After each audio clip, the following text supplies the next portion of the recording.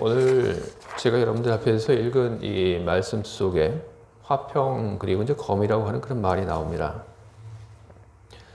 근데 화평 그리고 검이라고 하는 말 우리가 그렇게 많이 잘 사용하지 않는 것 같아서 그냥 이 말을 좀 다르게 좀 바꿔서 사용하려고 합니다. 화평 대신에 평화라고 하는 말로 그리고 검이라고 하는 말 대신에 칼로 그렇게 바꿔서 좀 이야기를 하려고 합니다. 그렇게 해도 되는 것이 이 헬라어 성경에 그렇게 되어 있기 때문에 그렇습니다. 오늘 본문에 나오고 있는 이 평화와 칼에 대한 예수님의 말씀, 이 말씀을 제일 먼저 접하는 사람들은 도대체 이 칼이 뭘까 하는 그런 생각을 하게 됩니다. 그래서 한참 생각을 합니다. 도대체 이 칼이라고 하는 것이 뭘까? 그런데 한참을 생각하다 보면은 문득 뭔가를 깨닫습니다. 물음의 순서가 좀 잘못되었다 하는 것을 깨닫게 됩니다. 칼이 무엇인지를 묻는 것보다 먼저 물어봐야 할 것이 있다고 하는 것을 알게 되는 겁니다. 예수님께서 칼을 주셔서 그 칼 때문에 집안에 불화가 생기게 되는 것인가? 아니면 이 칼이라고 하는 것이 그냥 불화의 은유인가? 바로 그런 물음을 먼저 해야 한다는 것을 깨닫게 됩니다. 칼 때문에 불화가 생긴 것으로 예수님의 말씀이 해석이 되게 되면 칼이 무엇을 상징하는지를 찾아봐야 합니다. 하지만 그렇지 않다고 한다면 칼이 무엇을 상징하는지 우리는 찾을 필요가 없습니다. 오늘 예수님께서 말씀하신 이 칼을 누군가에게 주었기 때문에 그 칼 때문에 불화가 생긴 것인가? 예수님의 그 말을 잘 들여다보게 되면 그렇지는 않습니다. 칼을 주었기 때문에 그 칼 때문에 불화가 생긴 것이 아니라 이 칼이라고 하는 것은 바로 불화를 상징하는 말이고 그리고 불화의 은유인 것입니다. 평화와 칼에 대한 언급, 그것은 예수님께서 평화가 아니라 불화를 주러 오셨다는 그런 선언입니다. 예수님께서 오신 것이 평화가 아닌 불화를 주러 오셨다. 그것도 가족 안에 그런 일을 하러 오셨다. 이런 예수님의 말씀이 오늘 우리들에게 무척 낯선 말로 그렇게 들립니다. 평화라고 하는 말, 우리가 이 말을 참 많이 씁니다. 하지만 이 평화라고 하는 말을 우리는 언제나 같은 말로 우리는 그렇게 사용하고 있지는 않습니다. 우리는 출애굽 사건을 우리는 알고 있습니다. 파라오에게 평화는 여러분 뭘까요? 이집트의 파라오에게 있어서 평화라고 하는 것은 히브리인들이나 아니면 히브리인들이 그 대표인 모세가 들고 일어나지 않은 겁니다. 늘 노예들이 말 잘 듣고 그리고 시키는 대로 하고 아무런 말썽이 없는 것, 바로 그것이 이집트의 파라오가 생각을 하는 그런 평화입니다. 하나님이 내리시는 징벌이 이집트에 없고 그리고 파라오에게 임하지 않는 것, 바로 그것이 파라오가 생각을 하는 평화입니다. 그런데 이 파라오의 평화는 히브리인들에게는 평화가 아니라 그것은 불화입니다. 이렇듯 평화와 불화라고 하는 그것은 어쩌면 동전의 양면과 같은 그런 관계입니다. 파라오의 그 평화가 히브리인들에게 있어서는 불화였기 때문에 그렇다고 해서 예수님의 말씀이 거짓된 평화를 깨뜨리고 그리고 거짓된 평화를 누리던 그 사람들에게 불화를 안겨주겠다는 그런 말로는 들리진 않습니다. 그 이유는 평화가 아니라 불화가 일어나는 그 장소가 다른 것이 아니라 바로 가족이기 때문에 그런 것입니다.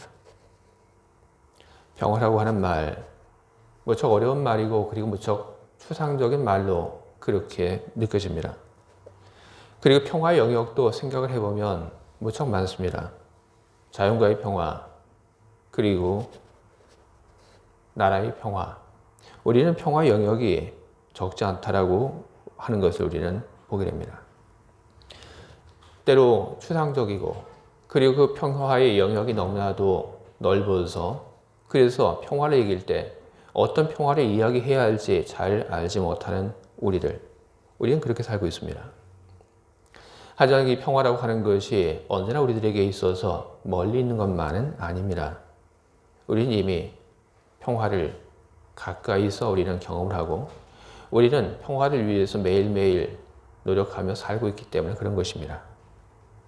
우리에게 가까이 있는 평화, 우리가 매일매일 일구기 위해서 애를 쓰고 있는 평화는 무엇입니까?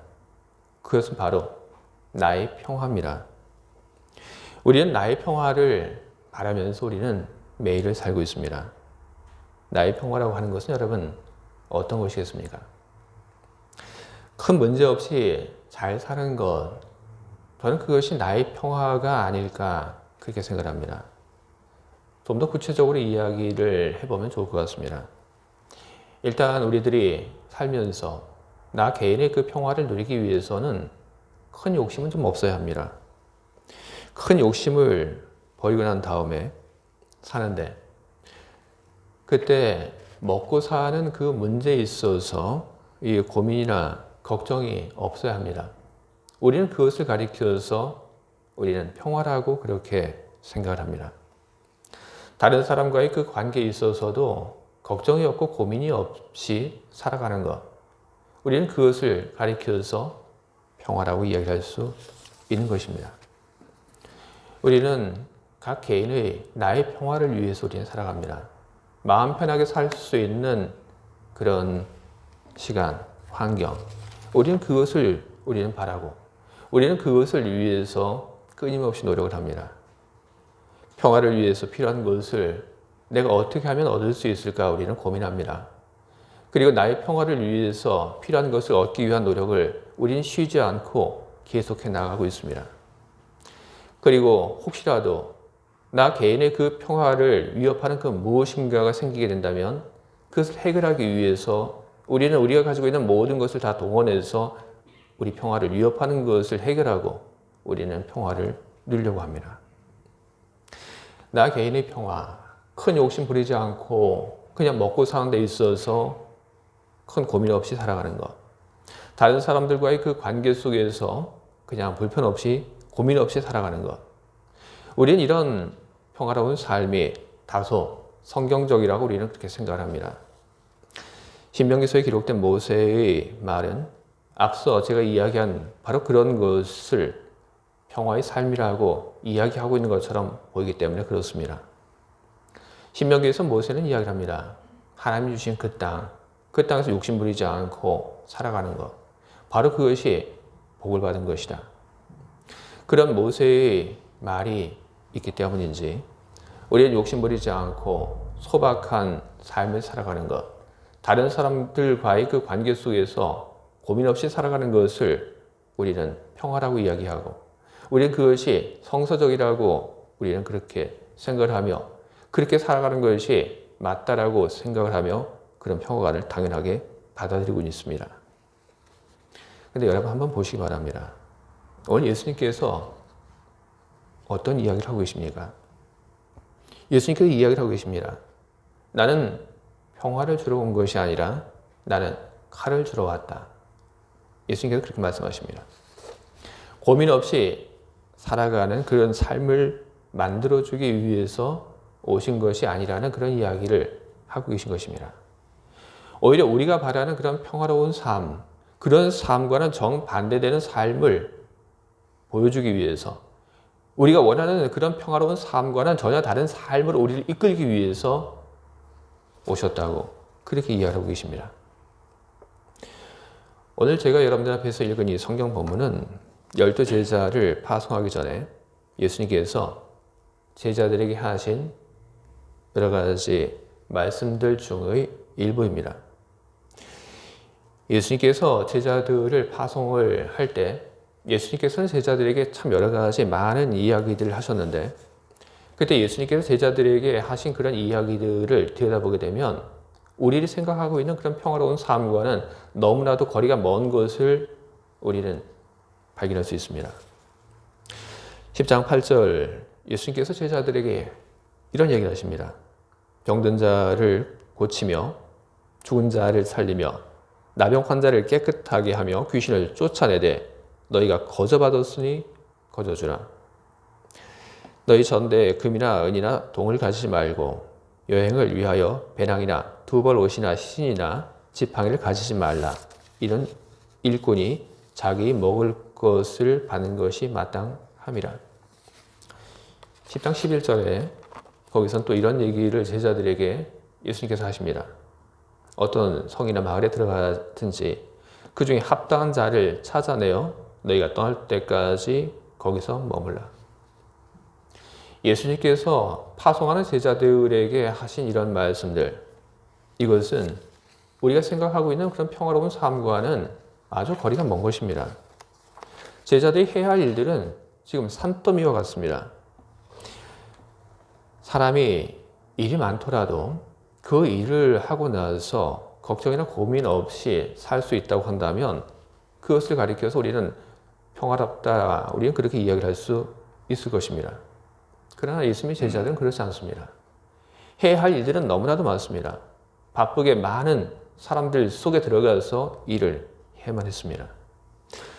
그러나 그럼에도 불구하고 그렇게 열심히 일을 하고 부지런히 살아가는데 예수님의 제자들은 늘 먹고 그리고 자는 그 문제에 대해서 고민을 해야만 했습니다. 항상 누군가의 선이나 자선에 의지해서 먹을 것을 해결해야 하고 그리고 잘 것을 해결해야만 했던 것입니다. 먹을 것을 청하고 그리고 재워달라고 부탁했을 때 어떤 날은 거절을 경험을 합니다. 그런 거절에 과연 예수님의 제자들은 아무런 느낌도 없었을까요? 먹을 것을 누군가에게 부탁하러 갈 때, 잘 것을 누군가에게 부탁하러 갈 때 예수님의 그 제자들은 아무런 느낌도 없이 누군가에게 가서 먹을 것을 부탁하고 재워달라고 그렇게 이야기를 했을까요? 저는 그렇지 않다고 봅니다. 그들이 누군가에게 먹을 것을 부탁할 때, 누군가에게 나 좀 재워달라고 그렇게 이야기할 때 그들은 그런 이야기를 하고 싶지 않았을 겁니다. 하지만 그들은 그런 이야기를 해야만 했습니다. 어느 집에 들어가서 누구 집에서 내가 머물지, 누구에게 부탁해야 할지 찾아봐야 할 때 그들은 고민이 없었을까요? 사람의 얼굴 보면서 저 사람은 좀 고약하게 생겼다. 그런 생각하면서 저 사람한테 부탁할까? 아니면 또 다른 사람에게 부탁할까? 그런 고민 그들은 없었을까요? 예수님의 제자들은 열심히 일하면서 먹고 사는 그 문제에 대해서 계속 고민하면서 그들은 살아야만 했습니다. 먹는 것, 그리고 자는 것에 대한 그런 고민만 있던 것이 아닙니다. 예수님께서 10장 25절을 보게 되면 이런 얘기도 제자들에게 하십니다. 제자가 그 선생 같고 종이 그 상전 같으면 조카도다. 집 주인을 바알세불이라 하였거든 하물며 그 집 사람들이라. 예수님께서 하신 이 말씀은 어떤 뜻이냐면 사람들이 예수님에게 와서 바알세불이라고 욕을 했다는 겁니다. 내가 욕을 먹었는데 너희들에게 사람들이 욕하는 것은 더 쉽게 하지 않겠니? 예수님께서 그 얘기를 하고 계신 것입니다. 예수님의 제자들은 다니면서 욕을 잔뜩 먹어야만 했습니다. 비난받아야 했습니다. 그런 욕을 먹으면서 비난받으면서 예수님의 제자들의 마음은 어떠했을까요? 그런 욕에, 그런 비난에 그들은 전혀 상관하지 않고 그들은 그 모든 것을 그냥 흘려보냈을까요? 그렇지 않습니다. 그 모든 것이 예수님의 제자들 그 마음속에 그대로 남게 됩니다. 예수님의 제자들의 삶, 이렇게 해라, 이렇게 살아라고 예수님께서 명령하신 예수님의 제자들의 삶, 그것은 우리가 생각하는 것처럼 그렇게 단순하지 않습니다. 우리 기준으로 예수님의 제자들의 삶은 전혀 평화롭지 않습니다. 예수님께서는 평화로운 삶이 아니라 전혀 다른 삶, 불편한 삶을 예수님께서는 살라 하십니다. 그것은 하나님 나라를 위해서 그렇게 하라는 것입니다. 예수님의 제자들의 그 행동을 통해서 하나님의 나라가, 하나님의 통치가 드러나게 되는 것입니다. 병들고 그리고 약한 것을 고치는 그 일들을 통해서 하나님의 통치가 드러납니다. 그리고 거저주는 그 일들을 통해서 하나님의 통치가 드러납니다. 원래 하나님의 세상은 여러분 어떤 세상입니까? 원래 하나님께서 제일 처음 지으신 하나님의 세상은 거저주고 그리고 거저받는 그런 세상입니다. 그러나 사람들이 마음이 거저주고 그리고 거저받는 그 세상을 가로막았습니다. 이익과 손해를 따지기 때문에 내가 조금이라도 더 이익을 보고 싶어 하기 때문에 그런 마음들이 하나님의 세상, 거저주고 거저받는 그 세상을 막은 것입니다. 그런데 예수님의 제자들의 사역을 통해서 하나님의 세상이 다시 드러나게 됩니다.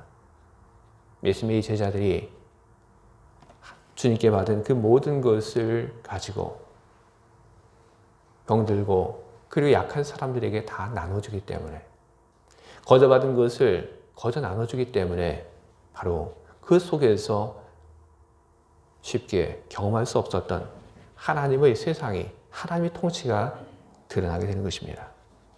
바로 그런 세상을 위해서 예수님께서는 편함을 버리고 불편함을 이야기를 하고 계신 것입니다. 예수님께서 제자들에게 지시하신 그런 삶, 그것은 제자들에게 잠깐의 하나님 나라의 경험만을 남기는 것은 아닙니다. 그렇게 살아가는 것, 그렇게 살아간 제자들에게 남는 것이 무엇입니까? 예수님께서 말씀하십니다. 오늘 우리가 보고 있는 이 말씀 속에서 자기 목숨을 얻는 자는 잃을 것이요 나를 위하여 자기 목숨을 잃는 자는 얻으리라. 예수님을 위해서 자기 목숨을 버리는 자는 목숨을 얻는다고 그렇게 말씀하십니다. 예수님께서 말씀하고 계신 이 목숨이라고 하는 것이 여러분 무엇이겠습니까? 바로 그것은 하나님의 나라입니다. 나를 위해서 목숨을 걸고 사는 사람, 그 사람은 하나님 나라를 얻을 것이다. 예수님께서 그렇게 이야기를 하고 계신 것입니다. 하나님의 나라를 구하는 사람, 그 사람은 예수님께서 말씀하신 것 같은 그런 불편한 삶을 살아야 합니다. 그런데 자기 자신의 그 평화와 그리고 자기 자신의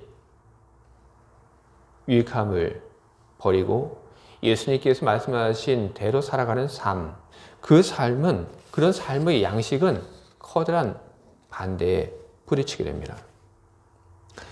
구약 성경을 보면 다윗이 도망자 생활을 했을 때 그런 이야기가 나옵니다. 이 나발이라고 하는 사람을 다윗이 도망자 생활을 하던 중에 만나게 됩니다. 나발이라고 하는 사람은 큰 부자였습니다. 양 3천, 그리고 염소가 그 1,000마리가 있었던 아주 큰 부자입니다. 이 다윗의 이 부하들은 나발의 이 목동들과 그리고 나발의 그 가축들을 보호해 주었습니다. 그도중 이 나발의 양의 털을 깎는 그런 날이 되었습니다. 양의 털을 깎는 날이 되었다고 하는 것은 어떤 말이냐면 잔칫날이 되었다는 그런 이야기입니다. 그래서 그날 이 다윗이 사람을 보내서 나발에게 호의를 베풀어 주어서 좀 먹을 것을 달라고 그렇게 부탁을 합니다. 근데 나발이 다윗의 청을 거절하고 그리고 다윗을 아주 무시합니다. 근데 이 이야기를 나발의 아내 아비가일이 듣게 됩니다. 그리고 그 이야기를 들은 이 나발의 아내 아비가일이 다윗과 그리고 다윗의 그 부하들을 위해서 먹을 것을 준비하고 그리고 그것을 가져다가 다윗에게 주게 됩니다. 그리고 나서 그 다음날 아비가일은 남편에게 이야기를 합니다. 내가 어제 먹을 것을 다 챙겨서 내가 다윗에게 가서 그것을 내가 주고 왔습니다. 근데 그 이야기를 들은 남편이 어떻게 됐냐면 그 이야기를 듣고 나서 쇼크를 받아서 그만 쓰러졌다고 성경이 이야기를 하고 있습니다. 하나의 사건을 앞에 두고 남편과 아내 그 모습이 너무나 다릅니다. 아내가 먹을 것을 갖다 주었다는 그 이야기를 듣고 남편은 기가 막혀 쇼크를 받고 쓰러져 넘어졌습니다. 가족 때문에, 먹을 것 때문에, 그것을 어떻게 쓰는지 그 문제 때문에 갈등이 생겼고, 그리고 남편이 쓰러졌고, 결국 남편은 일어나지 못하고 죽게 됩니다. 신앙 때문에 가족들 사이에 불화가 있었다고 하는 것을 우리는 성경의 또 다른 곳에서의 언급을 통해서 우리는 알 수 있습니다. 마가복음 10장 28절 그 이하를 보게 되면 베드로가 하는 이야기가 있습니다.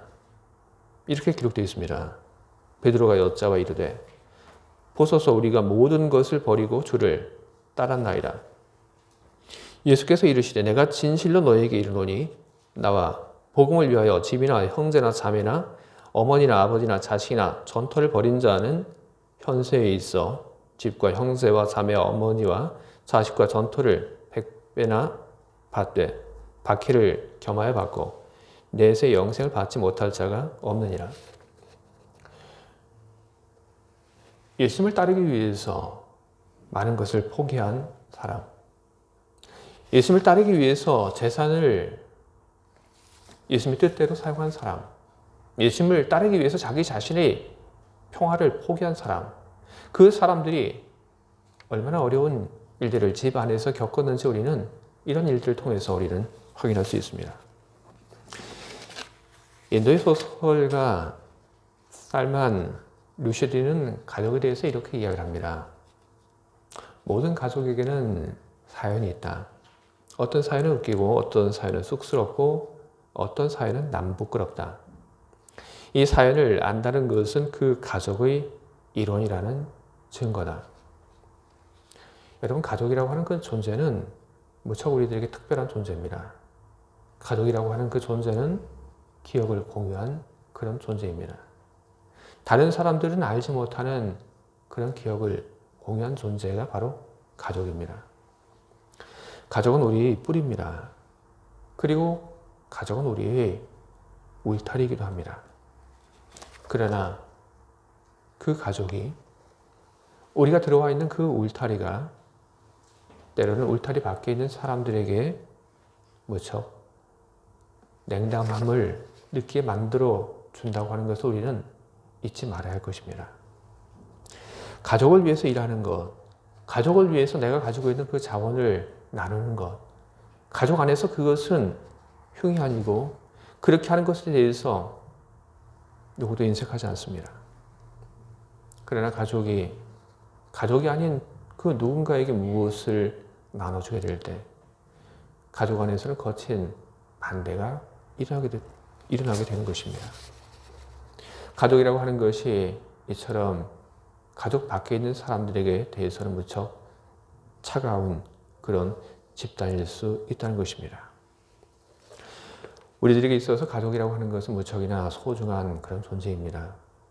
하지만 우리들이 가족만을 생각하는 사람들이 되어서는 안 됩니다. 주님께서 이야기를 하십니다. 아버지나 어머니를 나보다 더 사랑하는 자는 내게 합당하지 아니하고 아들이나 딸을 나보다 더 사랑하는 자도 내게 합당하지 아니하다. 가족 안에만 머물러 있지 말아야 한다는 이야기입니다. 우리가 사랑하는 사람이 가족 혹은 가까운 몇몇 사람들 거기에만 머물러 있지 말아야 한다는 그런 이야기인 것입니다. 주님을 사랑하고 그리고 더 많은 사람들을 사랑할 줄 알아야 한다는 그런 이야기를 주님께서 하고 계신 것입니다. 또 주님께서 하신 말씀이 있습니다. 또 자기 십자가를 지고 나를 따르지 않는 자도 내게 합당하지 아니하니라. 주님께서 꼭 죽으라고 하는 이야기는 아닙니다. 하지만 자기 십자가를 질 수 있는 그 각오, 바로 그런 각오를 예수께서는 주님의 제자들에게 이야기하고 있는 것입니다. 주님의 뜻을 따르게 될 때, 나야 개인의 그런 평화를 내려놓게 될 때 우리들이 경험하게 되는 그런 일들을 감내할 줄 아는 사람이 되라는 그런 이야기를 주님께서 하고 계신 것입니다.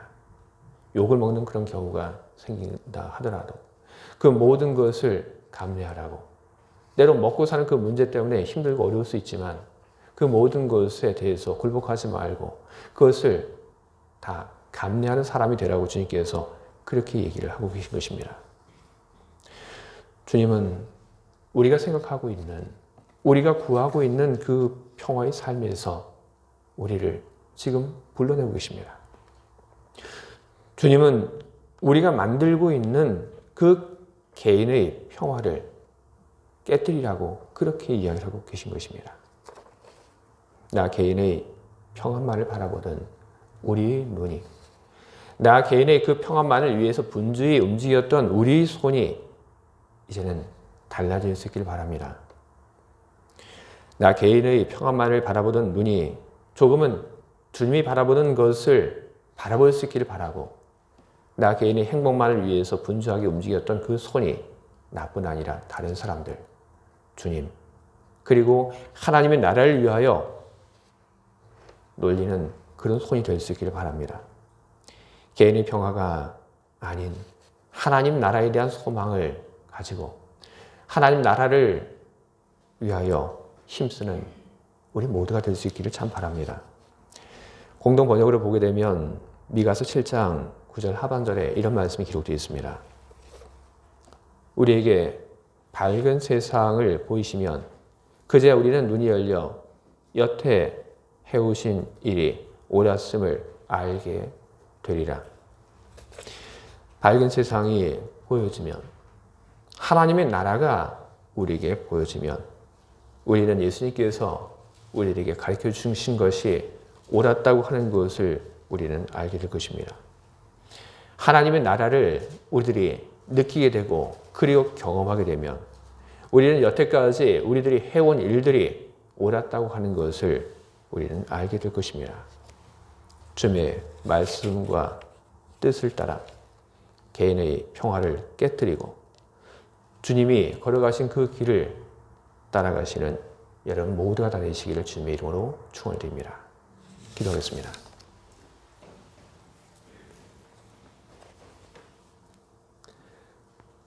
하나님, 우리는 우리의 그 자리에서 우리의 평화를 누리기 위해서 우리는 애쓰고 있습니다. 다른 사람에게 해를 끼치지 않는 것, 그리고 소박한 삶을 살아가는 것, 그것이 옳다고 여기며 우리는 그렇게 살고 있습니다. 우리는 온통 나의 평화를 위해서 생각하고 우리는 수고하면서 살고 있습니다. 그런 우리들에게 오늘 주님이 말씀하십니다. 너 개인의 평화를 버리고 또 다른 삶을 살아라. 하나님 나라를 바라보며 불편한 삶을 살라. 주님께서 그렇게 이야기를 하고 계십니다. 주님, 우리들이 주님의 말씀을 듣고 따를 수 있는 용기가 필요합니다. 우리에게 용기를 더하여 주시옵소서. 주님, 우리들이 주님의 말씀을 듣고 우리들이 용기를 내어 작은 실천을 할 때 하나님의 나라를 경험하게 하시고 그리고 그 경험의 기억들이 우리 미래에 더 큰 영향을 줄 수 있도록 역사해 주시옵소서. 하나님 나라의 작은 경험들을 통하여 하나님의 나라를 위하여 사는 그런 삶이 옳다고 하는 것을 느끼며 살게 하시옵소서. 때로 하나님의 나라를 바라보며 수고하는 그 삶이 힘들고 어려울지라도 그 모든 것을 우리는 이겨내기를 원합니다. 주님이 십자가를 짊어지신 것을 기억하며 우리가 당하는 모든 불편함을 우리들이 나의 십자가로 여기고 기꺼이 감내하게 하시옵소서. 우리가 걸어가는 그 길 주님께서 주장하시고 인도하여 주시옵소서. 우리의 걸음이 하나님의 나라로 향해 가는 데 있어서 조금 더 흩어짐이 없게 하시고 결국 우리들 모두가 하나님의 나라에 이르게 하시옵소서. 예수 그리스도 이름으로 기도합니다. 아멘.